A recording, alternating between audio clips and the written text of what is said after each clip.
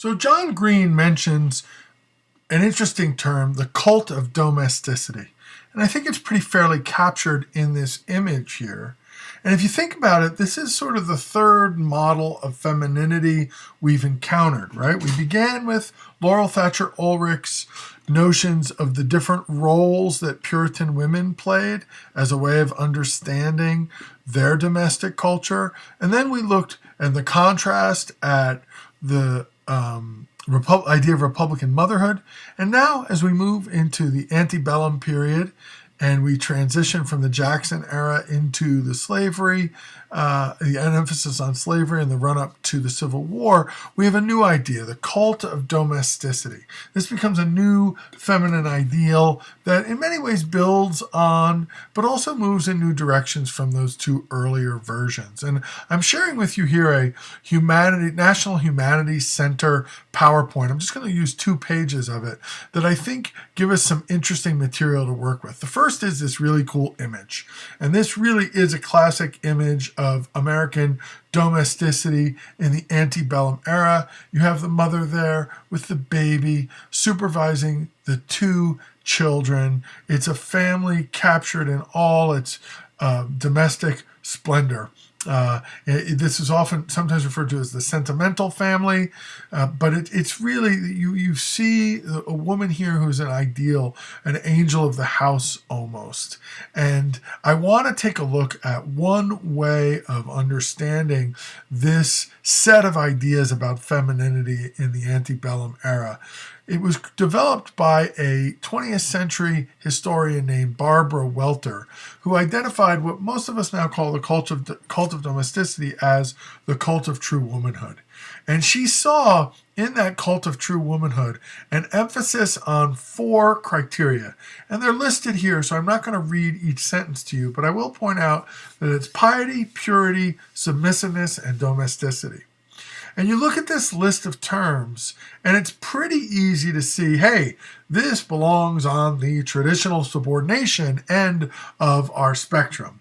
But I think it's a little more complicated than that. I think you'll see how it plays out in the other artifacts that we look at as part of this lecture, and also the representations of femininity we encounter as we move forward. Because when you give women the moral leverage of piety and purity, and the control or authority over domesticity, you give them the sort of power of representing family and representing the important need of a culture to cultivate family and to support women and children.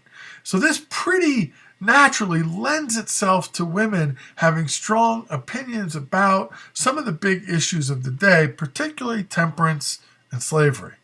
And so in many ways, the cult of true womanhood, by giving women this sort of domestic authority and basing it on a reading of moral character, piety, purity, submissiveness, domesticity, actually kind of gave them a platform from which the political movements of the antebellum era and the movements after the war, from which from this platform, women were able to comment on those and would feel engaged with them and be concerned about them. So at the same time you're saying to women, stay in the house, you're also saying to them, take care of the family. Well, you take care of the family and you start being concerned about temperance and the abuse of women by alcoholic men. You start being concerned about property rights and divorce and who gets control of children after divorce. And then you start looking at slavery, and you see slavery's implication with the virtue and piety of women who are being raped, the integrity of families who are being sold from each other. And suddenly you have a model for the political mobilization of women, if not at the ballot box, which won't happen until the 20th century, certainly within the culture, where women working from the cult of domesticity actually begin to have a more socially and culturally and publicly engaged political voice. That's not to say that the cult of true womanhood and the cult of domesticity is not intended to constrain women. I think it is. I think it's very much informed by ideals of female subordination. But the way it actually played out historically was a little different, a little more complicated than that. moves it a little away from the absolute traditional subordination end of the spectrum. So if we go back to this picture, we can see those elements, right? Piety, purity, domesticity, submissiveness. Look at her. Her head is bowed. She looks almost nun-like with the cloth descending from the back of her hair. So obviously, domesticity. It's all there.